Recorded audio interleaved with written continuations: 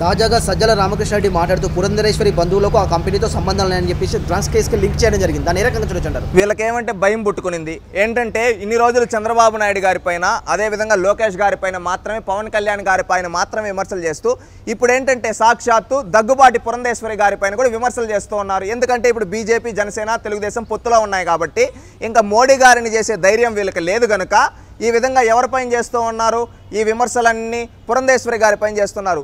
ఇంకా డ్రగ్స్ కేసులో ఇలాంటి కేసుల్లో అంతా ఇన్వాల్వ్ అయి ఉండేది ఎవరో తెలుసా? ఈ జగన్మోహన్ రెడ్డి గారి కుటుంబం. అతను ఎవరో వైఎస్ అనిల్ రెడ్డి అంట, అదేవిధంగా ఎవరో శరత్ చంద్రారెడ్డి అంట, ఈ విధంగా విజయసాయి రెడ్డి అంట, ఈ విధంగా కొంతమంది ఉన్నారు. వీళ్ళంతా ఇంటర్నేషనల్ మాఫియాతో కలిసి ఈరోజు వ్యాపారాలు చేసే వీళ్ళు ఈరోజు బయటకు వచ్చి చెప్తారు మాటలు. ఎవరన్నా నమ్ముతారా?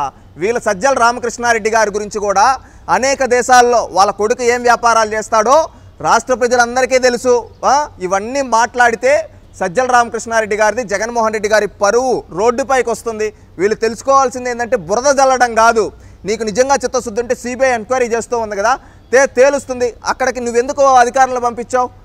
మీ ప్రెషర్ వల్లే కదా అక్కడికి సిబిఐ వాళ్ళు వచ్చింటే అడ్డుకునేదానికి పోయింది. ఆ రోజు సేమ్ అవినాష్ రెడ్డి కేసులో ఏ విధంగా అయితే అడ్డుకునేదానికి కర్నూలుకి వెళ్ళారో అదే విధంగా ఈరోజు ఇక్కడ వైజాగ్లో కూడా ఇదే విధంగా చేశారు. మీకున్నాయి. ఈరోజు దేశంలో ఎక్కడ గంజాయి దొరికినా ఆంధ్రప్రదేశ్ దానికి మూల కారణం. మీరు 5 ఏళ్లుగా వాళ్ళపై ఒక్కరిపైన చర్యలు తీసుకోలేకపోయారు. అక్కడ తెలుస్తూ ఉంది కదా, గంజాయి పంటను పండించింది మీరు, గంజాయి పంటను పండించి రాష్ట్రంలో యువతను దానికి బానిసలు చేసింది మీరు. వీటన్నిటికీ సూటిగా సమాధానం చెప్పండి అయ్యా. ఈరోజు రాష్ట్రాన్ని డ్రగ్ మాఫియా నడిపిస్తూ ఉన్నది మీరు, మీ వైఎస్ఆర్సీపీ పార్టీ నాయకులు. మీ నాయకులు దాంట్లో ఇన్వాల్వ్ అయి ఉన్నారు.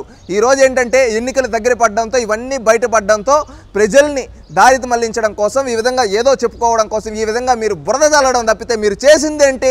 సజ్జల రామకృష్ణారెడ్డి గారు విశాఖ డ్రగ్స్ కేసులో చంద్రబాబు నాయుడు ఫ్యామిలీని, పురంధరేశ్వరి ఫ్యామిలీని లింక్ చేస్తూనే అలాగే ఈ కేసును తప్పకుండా మేమే పట్టుకున్నాం, దీనికి నిందితులను తక్షణంగా శిక్షిస్తామని కూడా చెప్తున్నారు కదా. సిబిఐ పట్టుకుంటే వీళ్ళు పట్టుకున్నారంట. వీళ్ళ చరిత్ర అర్థమైంది కదా. ఈ సజ్జల రామకృష్ణారెడ్డి అనే అతను ఒక సలహాదారుడు. సలహాలు ఇచ్చుకో. ఎవడికి? ముఖ్యమంత్రికి.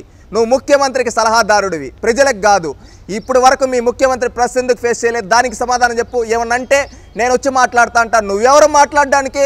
ఇప్పుడు దానికి సంబంధించి హోంమంత్రి వచ్చి మాట్లాడాలి, లేకపోతే సర్టెన్ మినిస్టర్ వచ్చి నువ్వెవరయ్యా మాట్లాడడానికి? నువ్వేమన్నా సమాచార శాఖ మంత్రివా? కాదు కదా సమాచారం ఇచ్చేదానికి. దానికి సంబంధించి సమాచార శాఖ మంత్రి లేడా రాష్ట్రంలో? హోంమంత్రి లేదా? నువ్వెవరివి? నువ్వు ఒక సలహాదారుడివే. సలహాలు ఇచ్చుకో జగన్మోహన్ రెడ్డికి. అంతేగాని ప్రభుత్వంలో నేను తలదూరుస్తా, నేనేలు పెడతా అంటే నువ్వెవరు? రాజ్యాంగబద్ధ పదవిలో ఏమన్నా ఉన్నావా నువ్వు? రాజ్యాంగబద్ధ పదవిలో ఉండే వ్యక్తులు మాట్లాడాలంటే బురద జల్లాలనుకునే బురద జల్లడానికి వస్తే ప్రజలే నీ మొహాన బురద జల్లుతారు. అది గుర్తుపెట్టుకోండి సజ్జల రామకృష్ణారెడ్డి గారు. లక్కీగా మేము పట్టుకున్నాం కాబట్టి దేశానికి రాష్ట్రానికి పెద్ద రిలీఫ్. వీళ్ళ అరుపులు చూస్తుంటే వీళ్ళే చేసినట్టు అనిపిస్తుంది కూడా కామెంట్ చేయండి. ఒకటి వీళ్ళకేంటంటే గుమ్మడికాయల దొంగలు ఎవరంటే భుజాలు దడుకున్నట్టు ఈ వైఎస్ఆర్సీపీ నాయకులు ఈ సజ్జల రామకృష్ణారెడ్డికి భయం పుట్టుకునింది. అందుకని బయటకు వచ్చే విధంగా అంటూ ఉన్నాడు. నిన్న 25,000 టన్నులు పట్టుకున్నారు అని చెప్పి ఇన్ఫర్మేషన్ వచ్చిన వెంటనే ఫస్ట్ TV9లో స్క్రోలింగ్ వచ్చిన వెంటనే వీళ్ళు ఎందుకు అక్కడికి అధికారులను పంపించారు? ఏపీ అధికారులని. ఏపీకి సంబంధించిన ఈ సిబిఐ దాంట్లో కరెక్ట్గా మెన్షన్ చేసింది కదా, మాకు ప్రాసెస్ లేట్ అవ్వడం వీళ్ళ వల్లే లేట్ అయ్యింది అని చెప్పి సిబిఐ కరెక్ట్గా మెన్షన్ కూడా చేసింది కదా. బహుశా ఈయనకి తెలియక అవగాహన లేదేమో, బహుశా అవి చూడలేదేమో.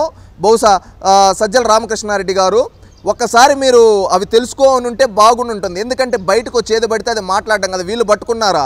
సిబిఐ నేమ్ పెట్టిన దాంట్లో ఒక్కసారి సజ్జల రామకృష్ణారెడ్డి గారికి తెలియకపోతే during the process of examination various officers of Andhra Pradesh government and port employees gathered at site causing delay in the CBI proceedings. The representative of importer informed that there is a prediction of rainfall and goods might damage it and rainfall. Hence they requested to keep goods inside containers and they have the safe custody. అంటే దీంట్లో first line ఏముందండి? ఇక్కడ late అయిందంటే process ఎవరి వల్ల late అయిందని చెప్పారు?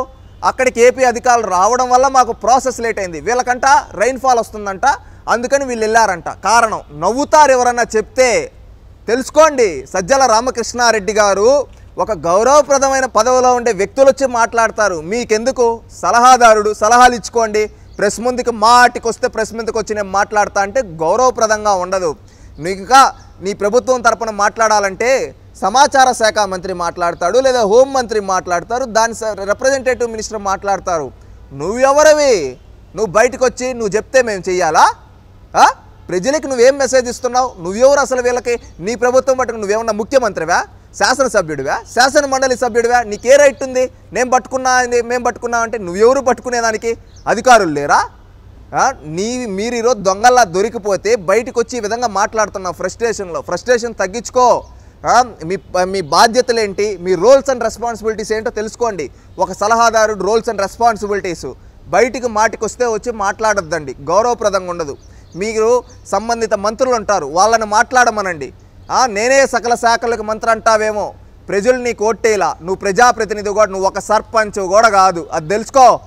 ఈ కేసులో టీడీపీ నేతలే తప్పు చేసి మా మీద నిందలు వేస్తున్నాను కూడా ఆయన కామెంట్ చేయడం జరిగింది. టీడీపీ నేతలకు ఏమవసరం అయ్యా? ఈరోజు రాష్ట్రంలో 5 ఏళ్లగా గంజాయి దొరుకుతూ ఉంది, దాంట్లో మీ పాత్రలు ఉన్నాయని తేలుతూ ఉన్నాయి. ఈరోజు రెడ్ శాండ్లర్ స్మగ్లర్స్ విజయానందరెడ్డి లాంటి వాళ్ళకి ఎమ్మెల్యే టికెట్లు ఇచ్చింది ఎవరయ్యా? మీ పార్టీ వాళ్ళు కదా, మీ జగన్మోహన్ రెడ్డే కదా. రేపు బీఫామ్ పైన సంతకం పెట్టేది విజయానందరెడ్డికి, ఒక రెడ్ శాండ్లర్ స్మగ్లర్కి ఎమ్మెల్యే టికెట్ ఇచ్చిన పార్టీ మీ పార్టీ. అదేవిధంగా ఒక ఎమ్మెల్సీ అనంతబాబు, అతను నామినేట్ చేసింది ఎవరు? అతను గంజాయి యూజ్ చేస్తూ ఉంటే మీ నాయకుడు జగన్మోహన్ రెడ్డి కాదా రిప్రజెంటేటివ్ని పంపించింది? ఈ విధంగా క్రిమినల్స్ని, రౌడీ బ్యాక్గ్రౌండ్ రెడ్ శాండ్లర్ స్మగ్లర్స్ని, ఇంటర్నేషనల్ స్మగ్లర్స్కి పదవులు ఇచ్చేది మీరు. సిగ్గు లేకుండా ఈరోజు బయటకు వచ్చి మాకేం తెలియదు, మేము తెలియలేదంటే ఎవరు నమ్ముతారు? నీకు దమ్ముంటే ఇప్పటికిప్పుడు బర్తరఫ్ చేయి విజయానందరెడ్డిని, ఎమ్మెల్యే టికెట్ క్యాన్సిల్ చేయి దమ్ముంటే.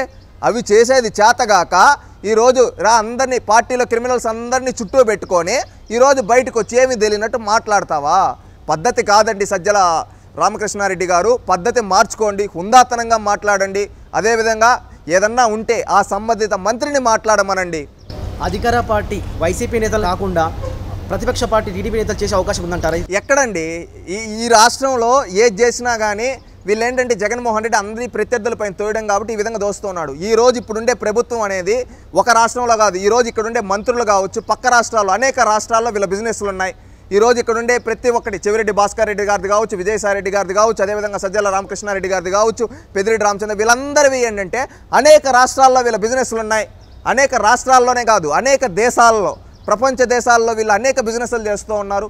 వీళ్ళకున్నాయి. ఆ రోజు బ్రెజిల్లో ప్రెసిడెంట్ ఎలక్ట్ అయితే ఇక్కడ విజయసాయిరెడ్డికి ఎలా తెలిసింది? ఇతను ఎలా పెట్టాడు? ఆ దేశం గురించే పర్టికులర్గా ఎందుకు పెడుతూ ఉన్నాడు?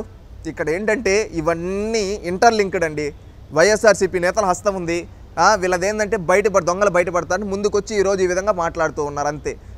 ఇక్కడ ఏంటంటే నేరం ఇప్పుడు అది సిబిఐ చేతిలో ఉంది కాబట్టి సిబిఐ ఖచ్చితంగా తేలుస్తుంది. దాంట్లో లాస్ట్కి తేలేది ఏంటంటే ఈ వైఎస్ఆర్సీపీ నాయకుల పాత్ర ఉందని తేలబోతూ ఉంది.